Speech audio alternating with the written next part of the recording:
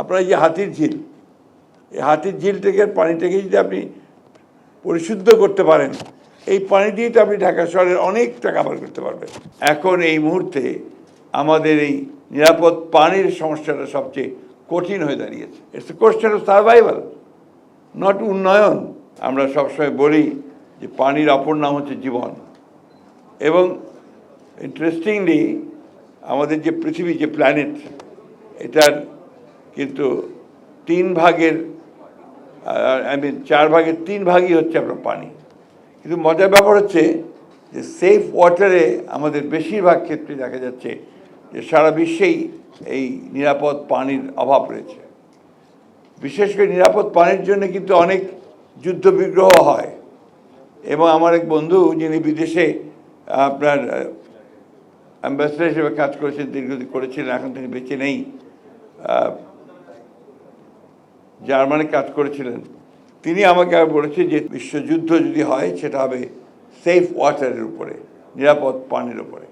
এবং আমরা তার কিছু আলামত এখনই যে দেখতে পাচ্ছি না তা নয়। তাই পানি আমাদের অত্যন্ত জরুরি, এবং সেই পানি নিরাপদ পানি, অর্থাৎ তারপরে আমরা সব কিছু আমাদের নির্ভর করছি। কিন্তু দুর্ভাগ্যজনকভাবে বাংলাদেশে এখন এই মুহূর্তে আমাদের এই নিরাপদ পানির সমস্যাটা সবচেয়ে কঠিন হয়ে দাঁড়িয়েছে। সবচেয়ে কঠিন মনে হয় আমার কাছে যে ঢাকায়, আপনাদের ঢাকা শহরে আপনারা সবাই বাস করছেন, আপনারা যারা ভালো জায়গায় বাস করেন, অ্যাপার্টমেন্ট বিল্ডিংয়ে বাস করেন, তারা নিজেরাই নিজেদের একটা ডিপ টিউবওয়েল আমরা করে নিয়েছে বেশিরভাগ ক্ষেত্রেই। এবং কালকে আমাদের একটা একনেকের মিটিং ছিল না, পরশুদিন একনেকের একটা মিটিং ছিল, সেখানে আমাদের পুরনো ডিপ টিউবওয়েলগুলোকে পুনঃস্থাপন করা, নতুন ডিপ টিউবওয়েল স্থাপন করার বিষয়ে আলোচনা ছিল। সেখানে আলোচনা করে দেখা গেল যে আসলে আমরা পুরোপুরি নির্ভরশীল ঢাকার যে ডিপ টিউবওয়েলের পানির উপরে, which is dangerous and alarming. এটা শুধু মারাত্মক নয়, এটা ভয়াবহ রকমের একটা ভবিষ্যৎ আমাদের সামনে নিয়ে আসছে আমাদের ভবিষ্যৎ বংশধরদের জন্য। আমরা এই বিষয়টা কেন এতদিন ধরে ভাবিনি, চিন্তা করিনি, এটাও আমাদের ভেবে দেখা দরকার। আমি রাজনীতিবিদ একজন, কিন্তু আমি আপনার উপর থেকেও আসিনি। আমার রাজনীতির শুরুটা কিন্তু একেবারে পৌরসভা থেকে। এবং সেই পৌরসভাতে আমি প্রথম যখন যাই, তখন আমরা ওভারহেড ট্যাঙ্ক করে ওয়াটার সাপ্লাইয়ের ব্যবস্থায় করি। এটা হচ্ছে আপনার প্রথম কাজ। কিন্তু তারপর থেকে বহুদিন হয়ে গেছে, আজ পর্যন্ত কিন্তু যে খুব বেশি উন্নয়ন আমরা করতে পেরেছি তা আমরা করতে পারিনি। এখন আমরা সবাই চিন্তিত যে আমাদের এই ডিপ টিউবওয়েলগুলো আমাদের যে ভূগর্ভস্থ পানির লেয়ারকে একেবারেই নিচে নিয়ে চলে যাচ্ছে। তাহলে কি একদিন হবে যে হঠাৎ করে ঢাকা শহরটা ধপ করে ধসে নিচে চলে যাবে? There is every possibility. আমার সুযোগ হয়েছিল পৃথিবীর কয়েকটি দেশে বিভিন্ন কারণে বিভিন্ন সময় যাওয়ার।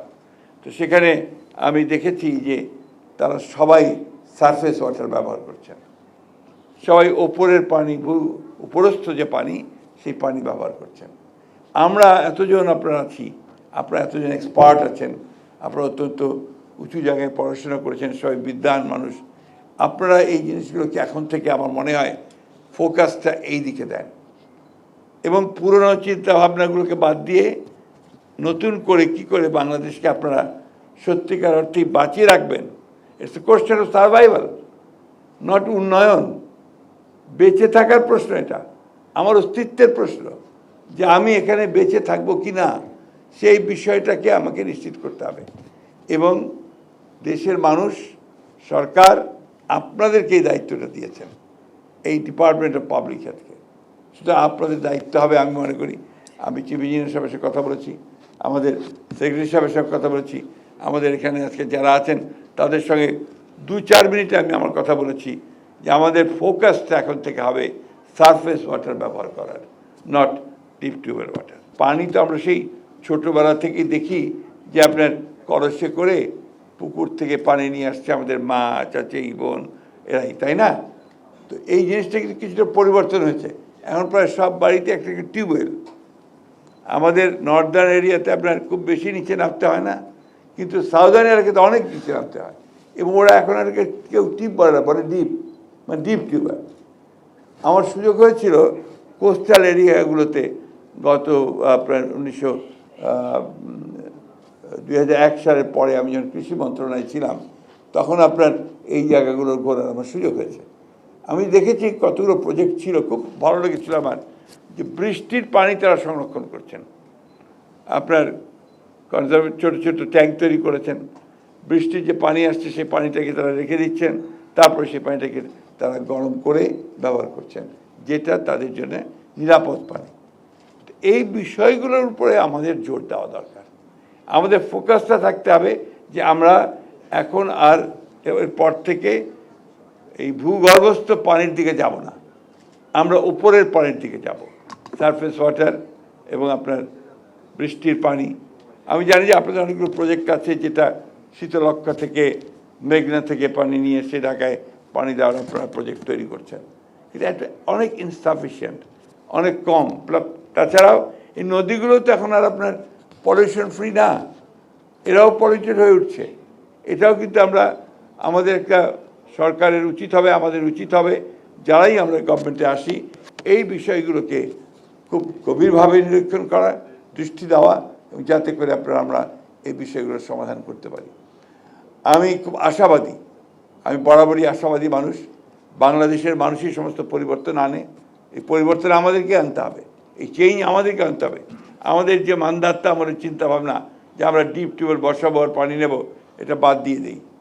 এটা ট্রাই যে আমরা কীভাবে বৃষ্টির পানিকে সংরক্ষণ করব, সেটাকে আমরা কিভাবে আমাদের শহরের লোকগুলোকে বাঁচিয়ে রাখবো।